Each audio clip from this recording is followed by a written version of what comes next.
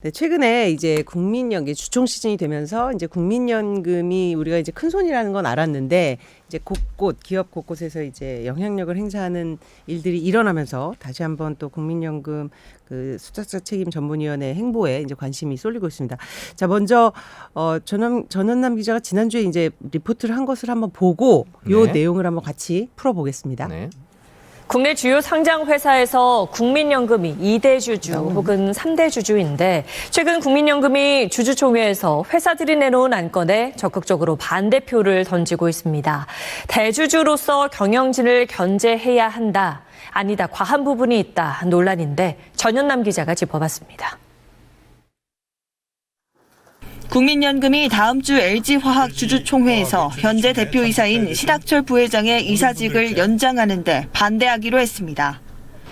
배터리 부분만 떼어내서 주식시장에 상장시키도록 해서 정작 자신이 대표인 LG화학 주가는 반토막이 났고 주주에게 손해를 끼쳤다는 이유입니다.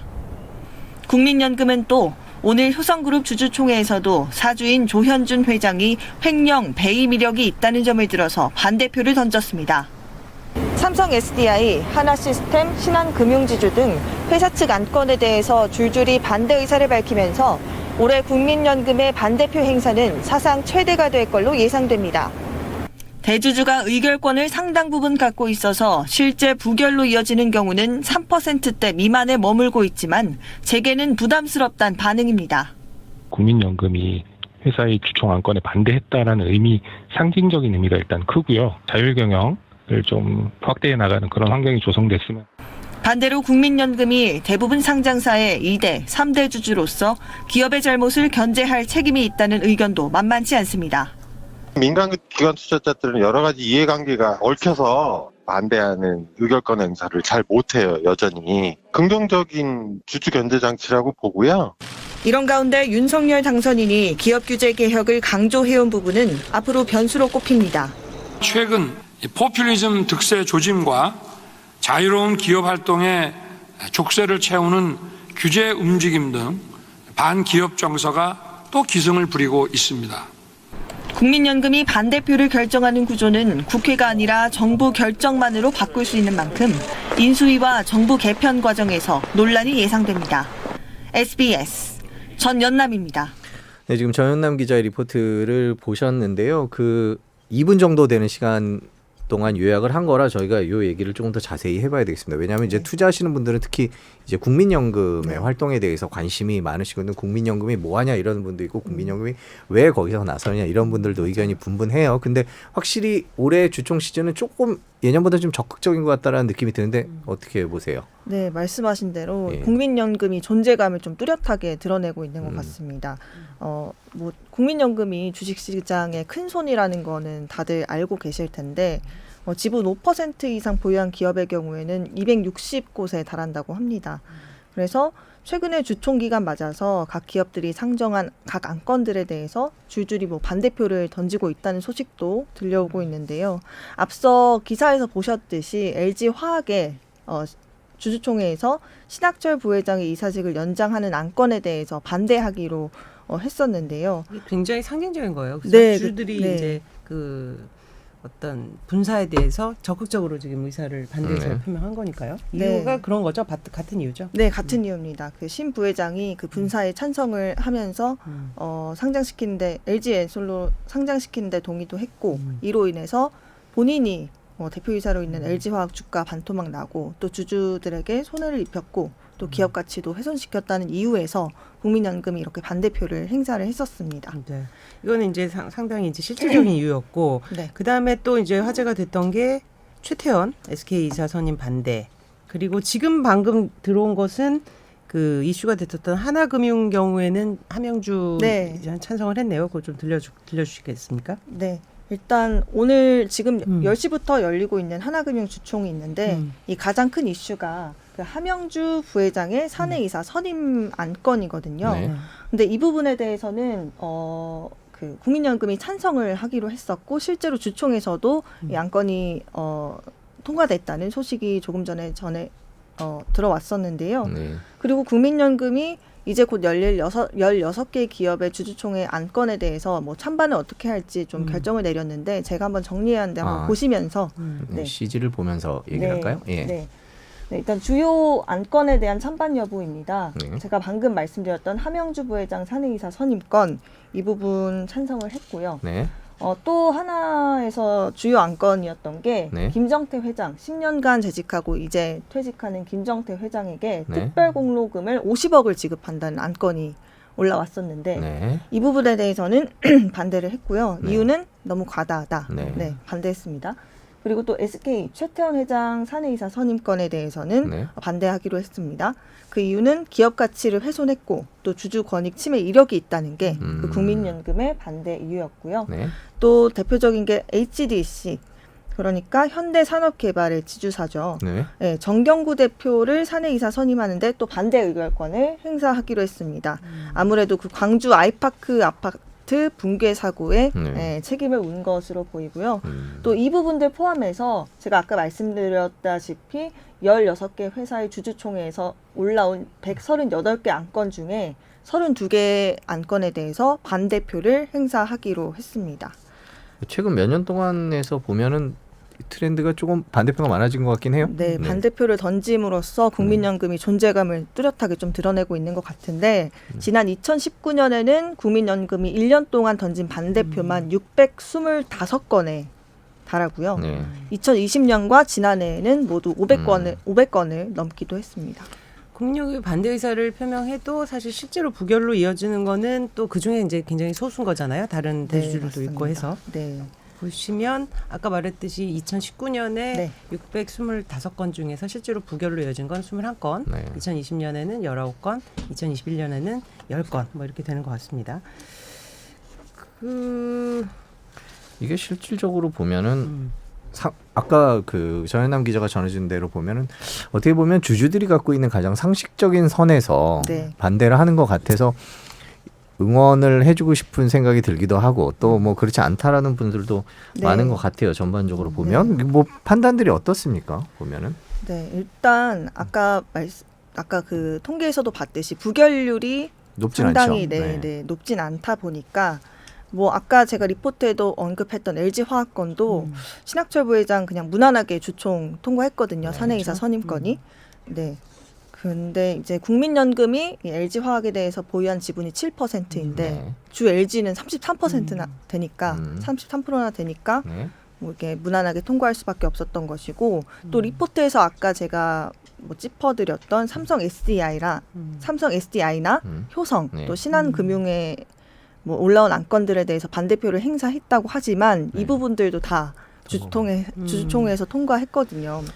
그래서 국민연금이 사실 기업을 좀 이렇게 주주권을 행사함으로써 견제를 해줘야 되는데 이게 부결로 이어지지 않다 보니까 종이 호랑이 아니냐 이런 관점에서 비판도 나오고요. 또 아까 리포트에서도 찬반 의견, 뭐 전문가들의 찬반 의견 나왔었는데 기업 경영 활동에 좀 이런 부분에 뭐 반대표로 간섭을 함으로써 또 자율성을 떨어뜨린다 비판도 나오고 또 너무 기계적으로 반대표를 행사한다 이런 비판도 좀 나왔긴 했습니다. 뭐 저는 개인적으로는 이 사회는 거의 거수인데 국민연금이 이런 역할을 해야지 네. 사실 이슈는 되는 거잖아요. 적어도 네, 뭐 그 500건 중에 20건만 이제 부결이 나더라도 그래서 지속적으로 어떤 특히 이제 아까 SK도 그렇고 LG도 그렇고 진짜 주주들이 굉장히 큰 반대를 했던 이슈가 있다라면 상징적인 의미로도 그 의견을 개진하는 게 맞다. 저는 개인적으로 그런 생각이 듭니다. 네, 맞습니다. 국민연금 그럼 이런 찬반 의견권을 이제 정하기까지 그 나름의 이제 결정 구조가 있을 텐데 그건 어떻게 되죠? 네, 짧게 설명드리자면 2018년에 그 스튜어드십 코드가 도입했잖아요. 뭐 다들 아시겠지만 연기금이나 다들 몰라요. 자세히 설명해 주세요. 네, 뭐 연기금이나 자산 운용사 이런 큰 규모의 기관 투자자가 집사처럼 말 그대로 집사처럼 고객 자산을 잘 관리하기 위해서 적극적으로 의결권 행사에 나서는 지침을 말합니다. 그렇죠. 네, 그래서 국민연금도 우리 노후 보장하려면 우리 자산을 잘 그렇죠. 관리해야 되잖아요. 네. 그러면 주식시장에서 수익률도 높여야 되고 그런 차원에서 이제 의결권을 적극적으로 행사함으로써 뭐 기업 경영 활동도 좀 견제하고 개입하고 또 코리안 디스카운트 이 부분도 좀 해소하는 차원에서 적극적인 주주 행동주의를 보이고 있는 겁니다. 네. 네. 그래서 이제 이런 주주권 행사를 전담하는 기구가 이제 앞서 네. 말씀드린 수탁자 책임 전문위원회라는 게 구성이 되고요. 우리가 네. 수탁이라고 많이 얘기를 하는데요. 네. 그러면 요 수탁위는 그 국민연금 기금운용위의 산하 조직으로 이제 있는 건데 여기서 결정하나요? 여기서 찬성 네. 반대를? 네, 그런데요. 이게 조직도라고 보시면 되는데 네. 굉장히 좀 복잡하죠. 네. 아, 네. 지금도 네. 확대의 기술이 필요한 네. 타이밍인 네. 것 같은데. 네. 굉장히 복잡한데요. 네. 제 빨간색으로 네모쳐진 그 수탁자 책임 전문위원회가 아까도 네. 말씀하셨지만 그 기금운용위원회의 산하 조직으로 네. 이제 전문위원회 중 하나입니다. 이 수탁위에서 기업 측의 안건에 찬성할지 반대할지 의결권을 어떻게 행사할지를 결정해서 이 기금운용위원회가 이제 기금을 이렇게 운영하겠다 이렇게 결정을 하게 되는 구조입니다. 간단하게 설명을 드리자면 네. 그래서 이 수탁위가 굉장히 중요하게 그만큼 생각이 되고 있는 거거든요. 그러니까 최근에 주주 대표 소송도 이 수탁위가 네. 하는 거죠. 네, 일임하냐 뭐 이런 부분에 대해서 논란이 생기긴 했습니다.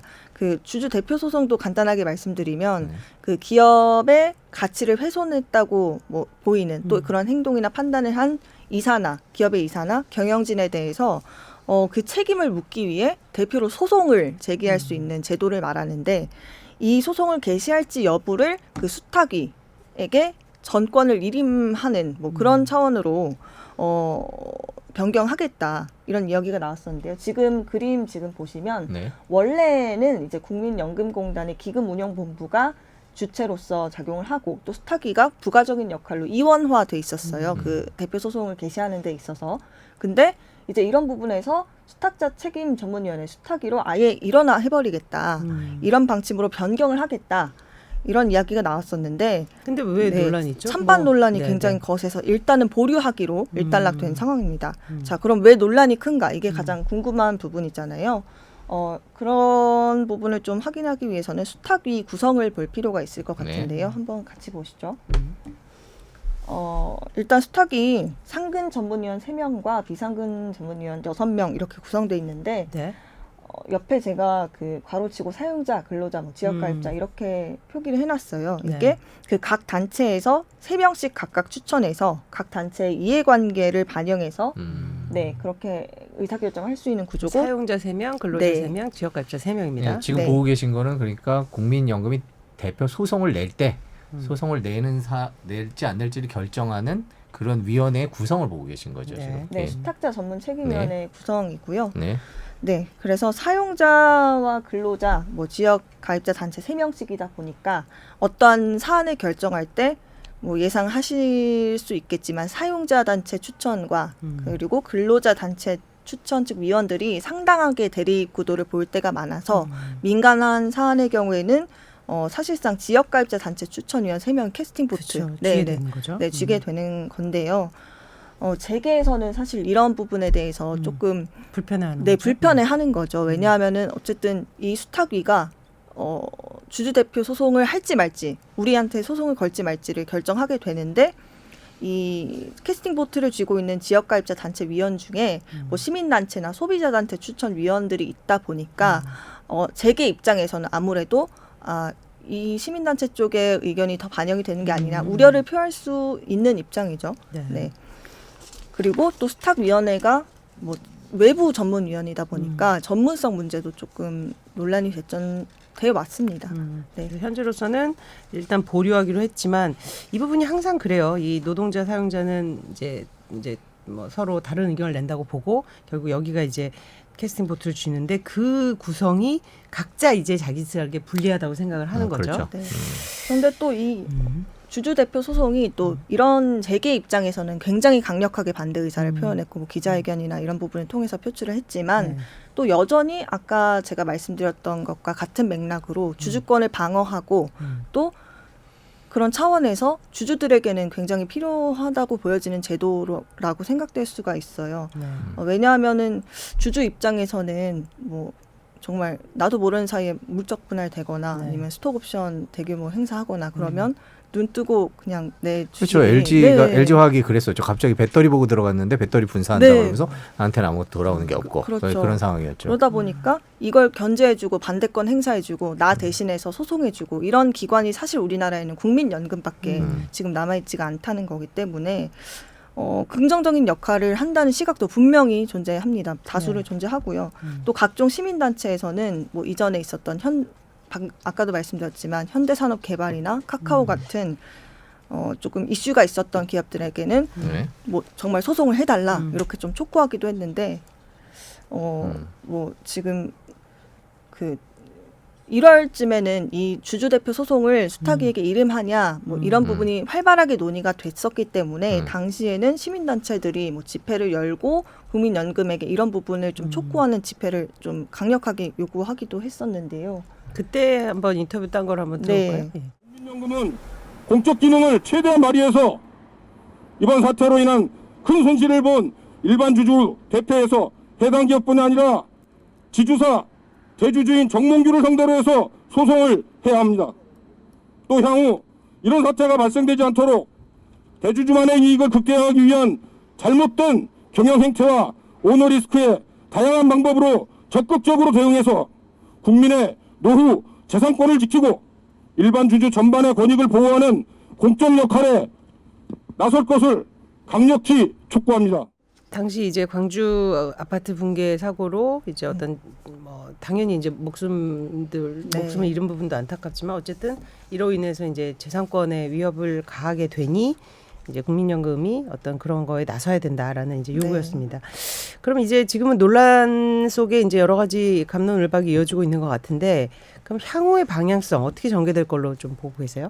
네, 일단 아까 말씀드렸다시피 이 주주 대표 소송을 수탁위에게 이름할 것이냐 말 것이냐 이 부분도 보류가 된 상황이고 또 지금 대선 이후에 또 상황이 좀 바뀌다 보니까 지켜봐야 될 것 같은데 일단 윤석열 당선인은 국민연금의 기금 운용 이런 부분에 대해서 뚜렷하게 뭔가 제시하거나 뭐 의견을 제시한 바는 없습니다. 하지만 여태껏 기업 규제 개혁을 강조해왔잖아요. 네. 그래서 이 부분이 좀 변수가 될 걸로 보이기는 하는데요. 최근에 뭐 경제 6단체장 만나서 뭐 기업이 더 자유롭게 판단하고 투자하고 성장할 수 있도록 제도적 방해 요소를 제거해 나가는 게 정부의 역할이다. 뭐 이렇게 말하기도 했다고 전해져가지고, 네. 이게 인수위가 지금 꾸려진 만큼 인수위에서 이 부분이 좀 논의될지 활발하게 논의가 전개될지 어떻게 될지는 좀 지켜봐야 할 부분인 것 같습니다. 어떻게 보세요? 저는 이게 제도적 방해 요소로 인정을 받는 것들에 대해서는 좀 반대 의견이고 이제 주주권을 확보하는 그런 과정이라고 저는 개인적으로 생각하는데 또 재계에서는 이게 어떤 자유로운 판단, 투자, 성장에 저해가 되는 그런 요소로 또 주장을 하는가 봅니다. 네, 뭐 윤석열 당선인이 경제 6단체장을 만나서 뭐라고 얘기했다라는 얘기를 지금 전현남 기자가 하기도 했지만 동시에 이제 그 개인 투자자들을 위해서 이제 여러 가지 제도 개선을 하겠다는 얘기도 마찬가지로 했었거든요. 네, 맞습니다. 네. 솔직히 조금 객관적으로 생각해 보면 국민연금의 활동이 그렇게 적극적이지 않았고 특히 뭐 국민연금이 솔직히 우리 노후 자금이잖아요. 그쵸, 이제 노후 자금이죠. 그런 측면에서 볼 때 어떤 경영적인 판단에 의해서 주가가 반토막이 났는데 그거 가만히 있었다. 이런 것들이 논란이 물론 사안에 따라서 뭐 달라지긴 하겠습니다. 너무 주가에 저해되는 행동을 하기는 힘들겠지만 그런 측면도 있는 만큼 뭐 어느 쪽으로 움직일지는 좀 솔직히 지금 말하기는 조금 쉽지 그렇죠. 않을까 사실 지금은 이제 싶습니다. 원론적인 얘기를 한 것을 각자 네. 이제 자신들한테 유리하게 해석을 하고 있는 국면인 것 같은데 저는 한 가지 말씀드리고 싶은 건 이 국민연금의 어떤 지금에서야 하는 이 권리 행사가 결코 이제 방해나 이런 쪽으로 네, 좀 오도되지는 않았으면 좋겠다 그러니까요. 이런 생각이 네. 드네요. 근데 이제 그걸 결정하는 수탁위의 의원의 구성에 대한 논란은 조금 깔끔하게 마무리를 지어야 될 네, 것 같고요. 네. 왜냐하면 그 논란이 계속되면 거기서 내린 결정에 대해서 계속해서 이제 네. 어떤 신뢰성의 의문을 제기하는 그런 쪽이 있을 수 있으니까 그런 과정이 좀 더 진행이 돼야 될 것 같습니다. 오늘 전남 기자와 함께 국민연금의 최근 이제 역할이 부각되는 부분 그리고 그 배경이 뭔지 그리고 향후에 이 부분은 어떻게 좀 진행이 될지에 대한 어려운 부분이었어요. 거의 네. 지식 채널 수준의 네. 네, 이제 기업 이제 주총할 때마다 얘기가 나올 테니까 이제 그 수탁위 구성에 따른 그 결정도 어떻게 될 건지 나중에 또 전달해 주시기 바랍니다. 고맙습니다. 네, 예. 감사합니다.